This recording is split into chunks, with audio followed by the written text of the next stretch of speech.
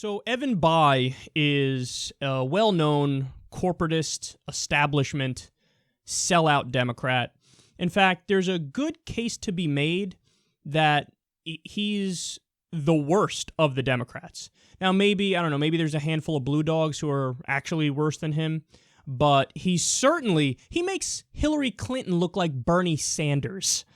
That's how much of a sellout he is, and he's just a comical human being.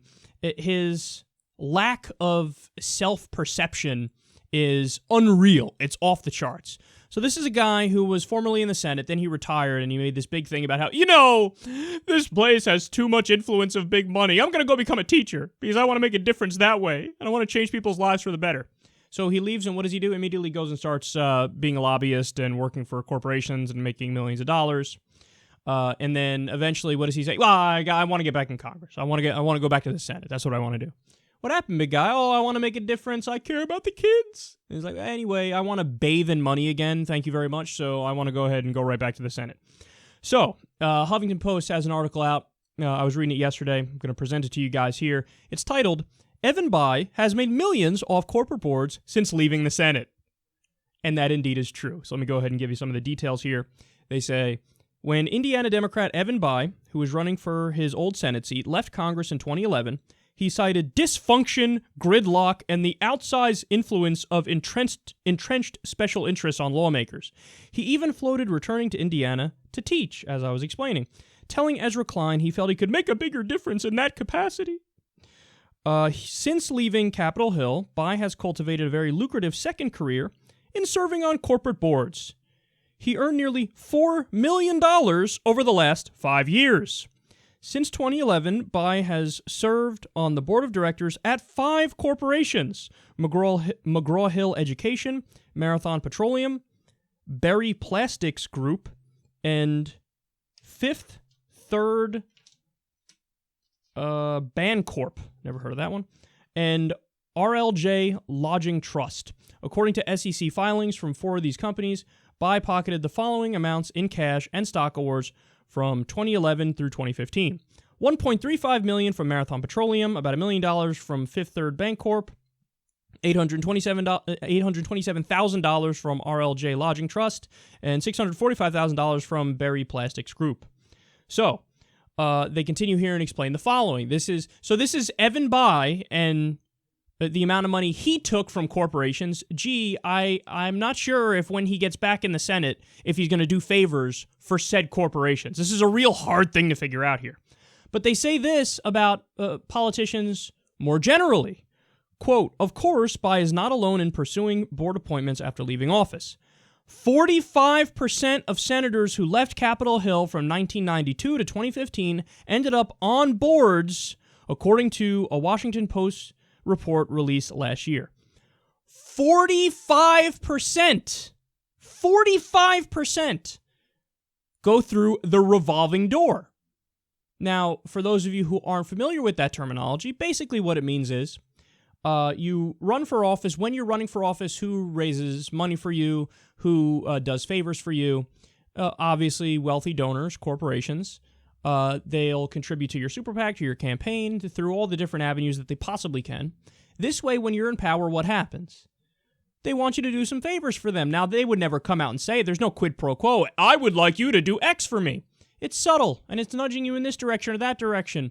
There may be something coming up about a corporate welfare check that they can get, a subsidy. Doesn't it sound so much more lovely when you call it a subsidy as opposed to a welfare check, which is what it is? It might be something about stashing money in the Cayman Islands, being able to keep your money offshore.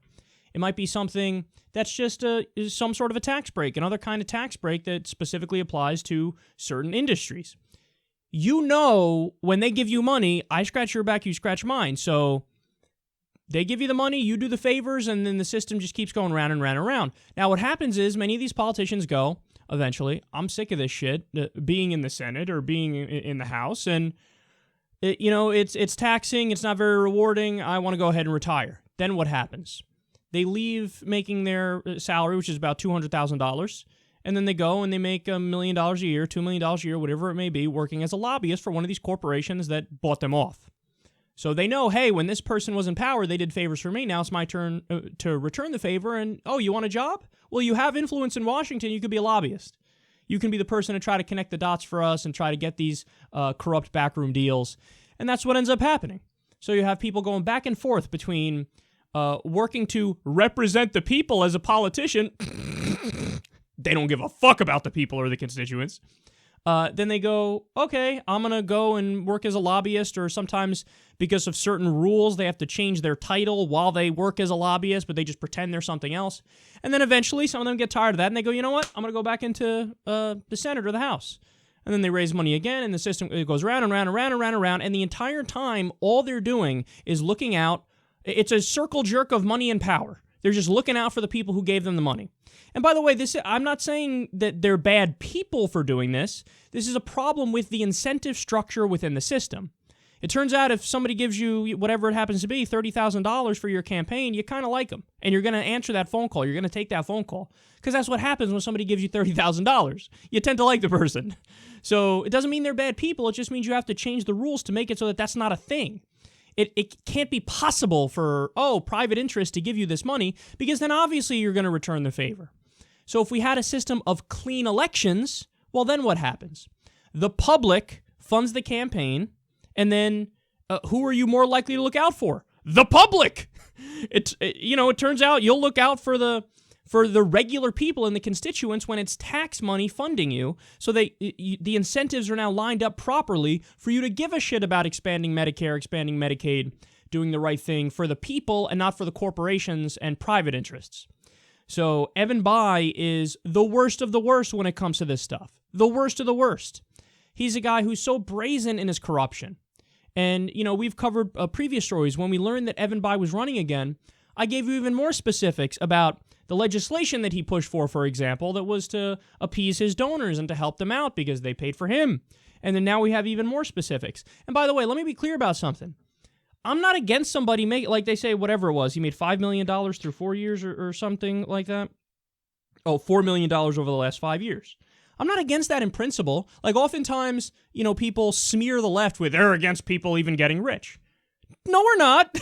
You can get rich. There's no problem with that. The question is how you do it. And are you doing it in a way that is corrupt? So if you're supposed to represent the public interest and the public good, but you're not doing that, instead you're taking private money and you're representing the private interests and snubbing the people and the constituents when that's supposed to be your job, is to represent them, that's the problem. I'm not mad at a doctor. I'm not mad at, the CEO of some wildly successful corporation that makes $4 million over 5 years and does it by actually working hard and selling a good product and playing by the rules. But the thing is, the rules in this respect are so perverted that the spirit of what they're doing is dead wrong, which is why we need to change the rules and the laws and make it so that we have clean elections. And until we get to that point, there's going to be a million more Evan Bayhs. Evan Bayh will be the entire Democratic Party at some point if we don't get the money out of the system.